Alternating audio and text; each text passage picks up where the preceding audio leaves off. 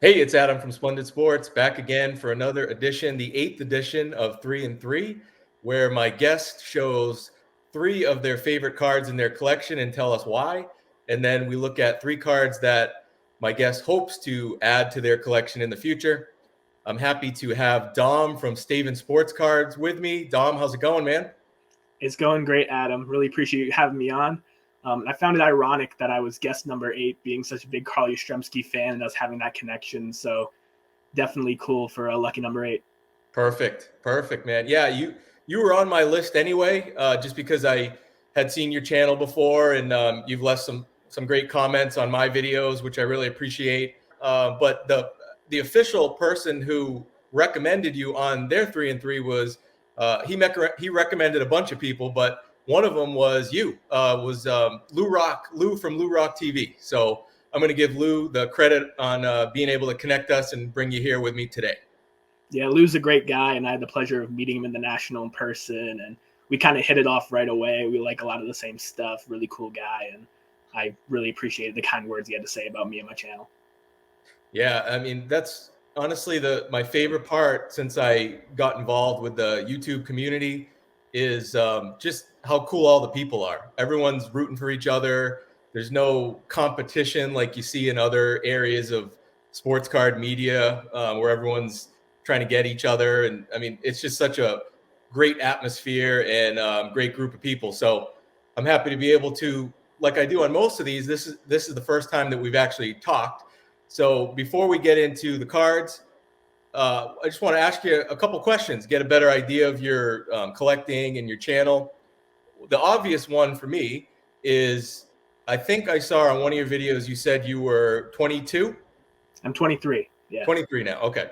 So 23, and correct me if I'm wrong, but I would say the main focus, not the only focus, but the main one of your collecting is vintage baseball. Yeah, that's pretty much my wheelhouse is post-war vintage baseball. So you've probably been asked this before, but someone who's only 23, how does that happen? What led to that? When did that start? Give us a little background on that. Yeah, so I don't know if I should start getting into, because I actually brought one of my 3 cards to kind of like talk about that. Okay. But it's something where everybody starts collecting whatever the modern stuff is for them, the players that they're watching on TV. For our mutual friend Decon, Doug's channel, I did a VR talking about my Dice K rookie, which was like the first rookie that I really chased and stuff. But when you find out that a kid's collecting baseball cards, people come out of the woodwork saying, oh, like I have some cards if he wants to look through and buy some of my stuff or take what he wants. And I'm looking through a bunch of like 80s, 90s, maybe some late 70s cards. And this 1959, there it is, Marty Ko, was just sitting in the box with a bunch of kind of like junk wax cards. And the color immediately like drove me to this, the beautiful color on the 1959 tops, and him being a Red Sox, especially with like the old school Sox logo that I hadn't really seen on a card before. I just saw it and knew I had to have it, and kind of did more research into it. And this is the first vintage card that I ever added to the collection. And it kind of just got me more interested in what was coming before, because back then they did cards right. There was a lot of color, a lot of personality, the cartoons on the back, they'd include all the stats. There's just so much more stuff to dive into with the cardboard. So a card like that is really kind of what turned me going from collecting just modern to chasing the old stuff. And then I went to card shows and card shops and kind of would just pick everybody's brains as like a 11, 12, 13-year-old kid. And the rest is kind of history. I've just been accumulating knowledge and adding more and more to my collection as my budget has gotten bigger. So was that card number 1 that you were going to show? That was card number 1. Yes. I didn't. Hey, that was perfect. That worked out right in. Yeah. You know, so that's really cool. It wasn't like a specific player of the past that got you into it. It was more like you just said, the look of a card, the design of a card, and that's what would you call that? A common player, right? Not an all-star. Yeah. He was a solid backup outfielder for the Red Sox and Senators. he had a older brother that played professional baseball, and then his son actually was a 18 or 16 game winner for the 1980 Oakland Athletics. So he had a good bloodline. Played basketball, I believe, in his background too. But just a common player that had a cool story and a really nice looking card. I love it. So now, do you collect other sports, or is it just baseball for the most part? Yeah, so my channel is Staven Sports Cards because I do have a big passion for football and I love basketball as well. But those PCs are a lot smaller. I'd say that my wheelhouse is post war vintage baseball, but I prospect for the Hall of Fame. I collect vintage and modern football of players that I like, mostly rookie cards in football. And then basketball, I kind of just stick to a handful of players that I really like when I can get their cards for cheap. And now you're New England guy. So are the teams Red Sox, Celtics, and Patriots? They are, yeah.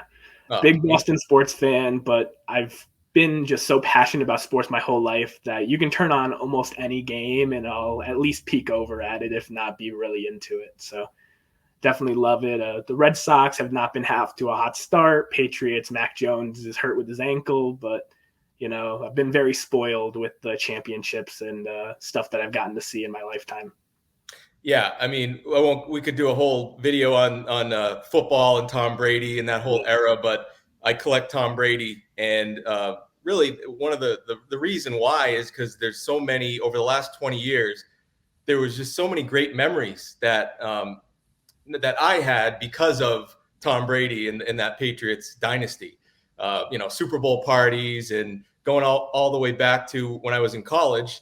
Watching that first Super Bowl against the Rams and just that memory. And I've said it before, but I give this might sound funny, but I give Tom Brady credit for not just the Patriots, but I feel like he changed the whole mojo of Boston sports teams. Because if you look at it after that, and before that was just a bunch of losing for like 20 years or whatever. We didn't win anything, any of the teams, not even the Bruins. And then Tom Brady comes to town. He breaks that terrible streak of no winning in the sports town or towns that I think care the most about their teams of any of the professional sports cities. And after that, the rest is history. The Red Sox won, the Celtics won, the Patriots obviously won a bunch more, the Bruins won, and now we're in a little bit of a different period. But wow, what a run that was to be a fan of those teams. No, it was fantastic. And I do think that a lot of it had to do with, like you said, the Patriots finally winning and the way that Boston sports fans kind of just expect to be competitive and competing for championships. Once they started winning them, I think that it definitely kind of raised the stakes for the other teams. The Celtics formed the big three. The Red Sox brought in Theo Epstein and Terry Francona, and the rest is kind of history. It's been a really good era to be a Boston sports fan for sure. Yeah, and I know it sounds a little crazy. Like, how the hell would the Patriots winning have any impact on the Red Sox or the Celtics? But I really believe that just the energy of the fans that go to the games. Before, it was always a negative energy at a lot of the big games in Boston sports, and then the fans finally won something, and I feel like that changed a lot of the energy of the fans, but also the players can feel it and the organizations feel it. And yeah, so I won't go too. I'm already going too long on that, but that I could talk forever about this stuff. Yeah, me too. So it's no problem here. Yeah. Well, let's go. I want to ask you some more questions, but let's Sure. go with card number 2, and then we'll make our way. Okay, so card number 2 is, like I said, the player that connects us. I had trouble picking the other 2 cards at first, but my 1960 Topps Carl Yastrzemski rookie card, I showed in my first video on my channel, and this card, I just still can't believe that I own it. I know it's not like a crazy high dollar card, but when I started getting into vintage cards with that Marty Keough, I looked at Red Sox players first, and Carl Yastrzemski had a card in every single set in the 60s and 70s, and kind of just went towards collecting him. And this was a grail card for me for the longest time, and it's going to always be my favorite card in my collection. I was really particular with the one that I picked because I've been wanting this card for a long time, and I'm super proud to own it. I actually got to meet Carl Yastrzemski a few years back before the pandemic. I don't think he'll be doing any more public signings, so that was a really cool thing, and he's been like my vintage baseball hero. So I love this card a lot, and definitely had to show it for my 3 for 3 for people that haven't seen my channel. An iconic card. That was one of the cards, like when I was a kid growing up in the 80s, something about that image, the design of the card, that like it always stuck with me. And I have a copy of that myself. And that was one of those cards that, like, you'd see in the Beckett magazine or whatever, and you just can't forget it. It's just something different about it, And yeah, that is a great card. What was that? A PSA 4? Yeah, it's a PSA 4, but it's got the coloring and centering that I want. And a problem with these a lot of the time is you'll get a print line down near his name, and this one does not have the print line. So really stoked with this copy. Definitely was really happy to get this. My mom pitched in for me to get this one, so it definitely has a special place in my heart for sure. Great eye appeal. You know how to pick them, man. Good job. All right, let's go. Card number 3. Card number 3. This is kind of just like picking kids when you tell me to pick 3 my favorite cards, 3 cards on my want list that just never seems to end. But this is a card that I think is just one of the best vintage cards ever created. I love the multiplayer cards. And in 1962, Topps did the Manager Dream card with Mickey Mantle and Willie Mays. Mine's a little off center top to bottom, but I got this for a crazy good price, and just 2 of the most iconic baseball players to ever be on cardboard. It's a great picture. A lot of people say that it's Ernie Banks and Hank Aaron behind him. That's actually John Roseboro in the middle, the old Dodgers catcher. But it's a really iconic card, and one that whenever I'm flipping through, I always stare at a little bit longer than some of the other ones. So I wanted to show this off because I do like collecting multiplayer cards, and like Lou Rock says, off-center cards need love too. So this one is a really nice example of my collection. I'm with you, man. And what's funny is that picture was taken at Fenway Park during the All-Star game. Yeah. So yeah, that's one of my favorite cards too. I'm a big multiplayer card guy. As long as there's not like those cards where there's like two legends and then like a no name or something like that, or a player that for whatever reason, even better. Yeah. But yeah, that Manager's Dream card is not, I mean, for what it really should be, it's pretty affordable. Like you said, you can get great deals on it. Yeah, definitely. I've always loved that set too, because the first set I remember opening was 87 Topps 25 years later. So that with the wood grained design and everything, where you have that in 62 as well. So I got a real soft spot for that card too. Good pick. Yeah, the wood grain can be a little polarizing in the community. Some people really love it, some people hate it, but I just think it's so original. The only gripe I have with the Manager's Dream card is it doesn't have like the poster corner effect that the base cards in the set do. I think that would have been really cool if they had like the corner of the image look like it's a poster hanging off the wall like they did with the regular cards in the set. But it's definitely one of the more iconic cards from that era. Right. And there was something else I was going to bring up. I think I just saw on one of your latest videos. Are you putting together, is it the 65 top set? Yeah. So a couple months back, I was able to get a lot of a bunch of commons from 1965 Topps. And when I was looking through, I realized a good amount of them were high numbers, which can be tough with the old sets. And 65 has been my favorite 60s set for a long time. I just think the colors and the pennants scream vintage baseball. So I've started putting that together. My friend Jake at Legends Never Die gave me a whole spreadsheet of the checklist and how to like color code it and make sure that I'm not buying doubles. And I've been working on that set for the last like month or so quietly, and hoping that I can finish it next year. Great set. Yeah. And what's cool about that is, on the first issue ever of Beckett Baseball magazine is now Dr. Beckett's a huge Clemente fan. Yeah. But he put the 65 Topps Clemente on the first issue. I always thought that was interesting. It's a great card, but I've always wondered maybe I'll get a chance to ask him someday, why did he choose that card? Why did he choose 65 over his rookie card or 56 or any of the other cards?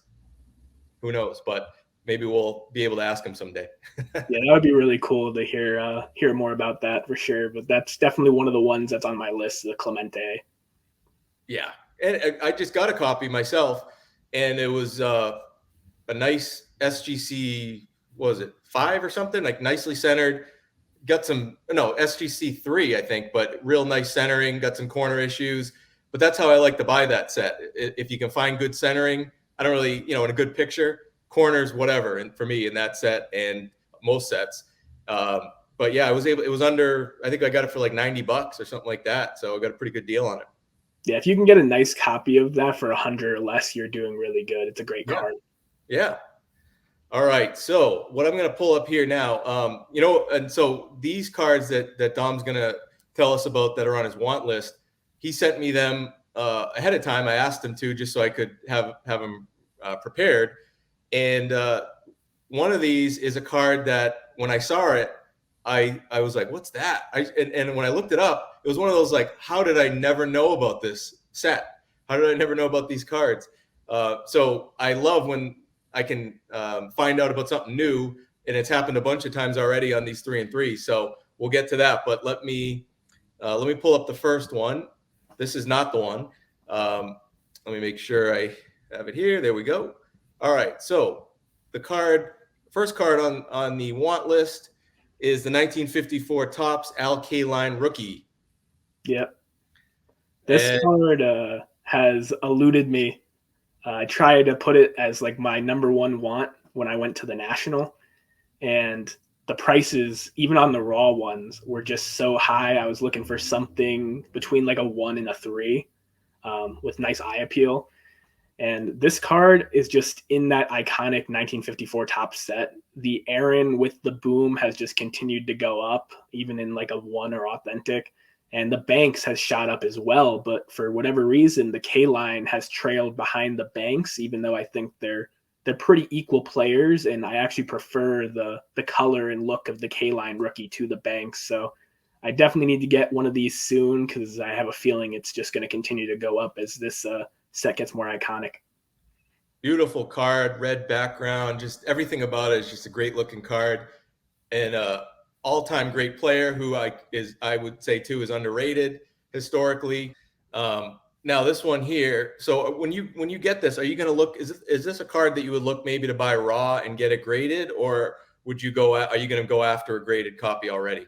Yeah, so I'm old school, partially just because of the way I was brought up financially, but also just how I am as a collector. I like to get the most bang for my buck as possible. So I actually don't spend money to send my cards out for grading. I will buy cards that are already graded. If it's a bigger card like this, or if it's a case where I'm just getting the card for less than the price of grading in a slab, I will usually always buy those.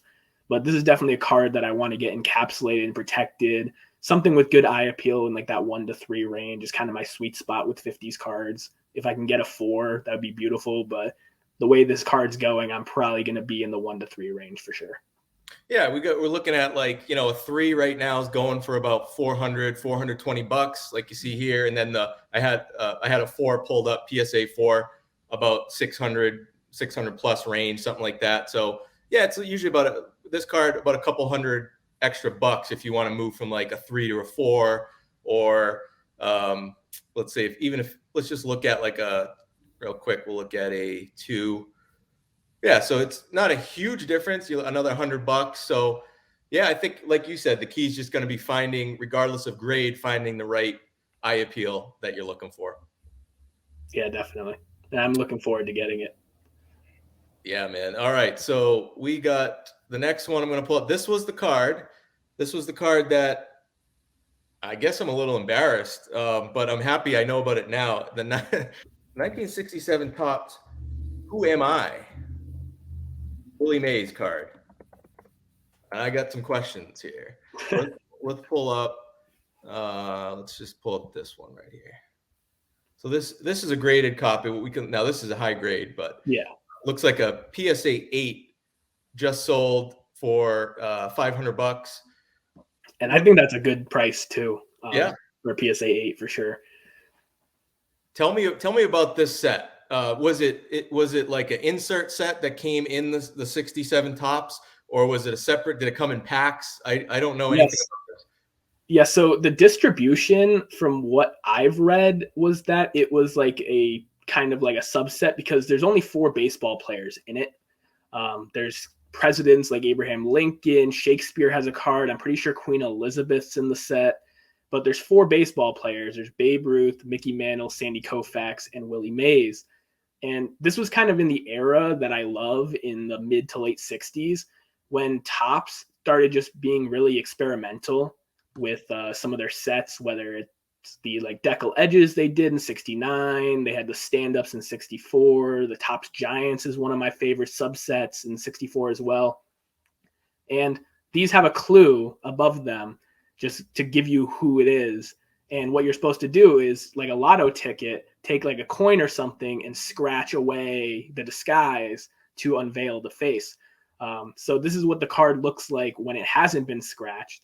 And some collectors would want it exactly like this because this is how it came out of the pack.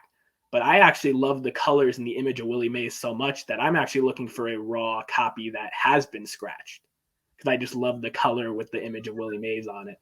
But it's a great card, and I think it's definitely undervalued, being kind of like an off-brand set with Topps was trying to be creative. Yeah, and let me pull up. I'm with you. I would want to go with the scratched. Well, you said you'd go with the scratch version. Yeah, I'm going to be looking for a raw scratch version because Yeah. it can get expensive with the unscratched high-grade versions like you were talking about, where I'm surprised it's only $500, but I've seen them sell for more than that. Yeah, like this one here, scratched, looks, good condition, centering good, $70 just sold. So, yeah, this is probably an obvious answer, but so yeah, if you scratch these, that's going to obviously make the card where it would get a very low grade or no grade. Like you can't grade the scratched ones basically. Yeah, I haven't seen a lot of scratched ones graded for the Maze. The Ruth one gets scratched a lot. If they do a good job with the scratching to eliminate it, it still grades. But something like this, I don't need it to be slabbed. I just want a cool example for my collection. I just think that green color with the background and like the caricature image is just so cool. And Willie Mays is still with us, but getting playing days Willie Mays cards, especially like some of the offshoots that you can get good deals on, I just think it's a no-brainer to get stuff like this right now. Yeah, and honestly, as I'm thinking about it, I think I would like a version. I was looking at a few when you told me about this, and I think I'd like to get one. There's like a bunch that were like half scratched. I'd like to get. I don't even think I'd want a graded version. I'd want to get a raw version that I could scratch the rest of. That would be cool. That would definitely be a cool idea. Yeah. So and just like you said, the 4 players: Mantle, Babe Ruth, Willie Mays, and Koufax. I mean, wow, what a 4 players they picked to put in that set there. Wow. Yeah, and those 4 cards sell for significantly more than the historical figures typically. Makes sense. Yeah. Awesome. All right. Well, that was a great one there. I'm sure, it's probably something I should have known about, especially because those are some of the players I collect, and it's in the era in the 60s that I collect. But it's weird. There's so many different types of cards out there that certain ones just, I don't know. Maybe I saw it, but it never registered on eBay when I was flipping through. But now I've actually learned about it, and I thank you for that. It's really nice to know about those. That's what I love about vintage cards. No matter where your entry point is with it, there's just so many different issues to learn about. I'm learning about different sets and how they were distributed all the time, even though they haven't been printed for 50 plus years. There's just so much out there. Some of it can be harder to find or harder to get information about, but that's kind of part of the fun with the hunt. Absolutely. All right, so let me pull up the last of the 3 here. 1971, Topps greatest moments. Yastrzemski. There's a good image. This is a graded version, a PSA 5. Yeah, so this was actually a test issue that was released in like the New York area in 1971. And a lot of the Hall of Famers are double printed in the set, but Carl Yastrzemski, as far as I know, is not double printed. So this card in mid to high grade actually sells for quite a bit of money. But I've been looking, having my saved searches on eBay, trying to get a raw one, just because you always get a better price with a raw one that just has decent condition. I know with the 71, the black borders can be really condition sensitive. So I don't want something that's too banged up on the edges, but I would love an example for this card. It talks about his Triple Crown season, which is kind of like his crown and career moment. And it's just a really awesome card. I love the oversized stuff. I love some of these test issues, and I love getting new Carl Yastrzemskis that I don't have. So I've been wanting to look out for this one for a while. Yeah. So these, now you said they were only distributed in the New York area? Yeah, from everything that I read is that they were a test issue distributed in the New York area. Wow. Okay. I had heard about these, but yeah, another one that I really hadn't learned that much about. So man, you're helping me out here. Two new things I'm learning. Um, Now, when they do a test issue, do you know how, were they like, did they put them in certain packs, or did they like, how did they distribute these? Yeah, so I watched John Mangini's video about these as well, because he's just an encyclopedia of baseball knowledge. And even in his research and his video, the distribution is kind of up in the air about how those were distributed. Some people thought they're like in like one card per packs, and they're just a really interesting sub issue. Like I said, in the mid to late 60s and so forth, Topps tried some different things, and that was one that clearly, whatever experience they had in the New York area, they weren't selling a lot of it, so it didn't get a national release. But they're really cool cards that are kind of similar to the Topps Giants having a newspaper like back, kind of talking about it. But unlike the Topps Giants, they actually say like Boston Globe, like on the back of the Yastrzemski one, which is like really cool on top of it. That is cool. Yeah. Yeah, and if John Mangini doesn't know all the details, then we sure as hell probably aren't gonna. So Yeah. that's awesome. Yeah, and I think it was like one of your first, maybe your first video that you ever put on YouTube, and you were talking to how like you had been watching YouTube content and different channels for a long time before you actually started making your own videos. Who were like some of your biggest influences? Yeah. So I've been watching for a long time, kind of like what I said about picking people's brains and trying to learn more and see more stuff. I eventually got into YouTube and started looking up some of the cards that I had or that I had seen at shows or players that I wanted to learn more about or collect. And I'd watch biographies, and I started finding card channels. And some of the guys that are still making content today that were some of the first guys that I watched were Nate Tops 85401. He has had his Baseball Card Junkies channel as well as his solo channel running for a long time. I think he just had like his 12th anniversary not too long ago. So he's been on here for a while, and he's a wealth of knowledge when it comes to like 90s insert cards. But he would put out a lot of really cool videos on his Baseball Card Junkie channel about what the key rookie cards are and how to know about different print runs and where to look up and different resources. And that kind of stuff was like really helpful to me as a new collector. Ray from Philly was a guy that collects a lot of the same kind of stuff I do, prospecting for the Hall of Fame and collecting vintage and kind of team collecting as well on the side. So those are some of the guys that were kind of big influences for me when I first started watching YouTube. Yeah, it's crazy. Isn't it crazy how long some of these other channels have been doing this? I mean, most of the channels that you see have been like mine, you know, and yours just popped up in the last couple of years. But yeah, there's some people that have been doing this for a long, long time. But that's a big part of the reason that I finally like took the leap and made my channel was I wanted to start interacting with the great collectors in this hobby. Eric Four Leaf Cards says it best, to collect to connect. And I knew that I'd be going to the National in Atlantic City because that's the closest National to me. And I wanted to kind of get more involved in the community instead of just watching videos and asking questions here and there. And I wanted to just start getting to know people. And I'm really glad that I did, because this community is really awesome. Also, you know, I mentioned earlier that Lou Rock mentioned you on his 3 and 3 with me. if you have any other channels that we, haven't mentioned already that you think would be a person who would want to do 3-3 in the future, please feel free.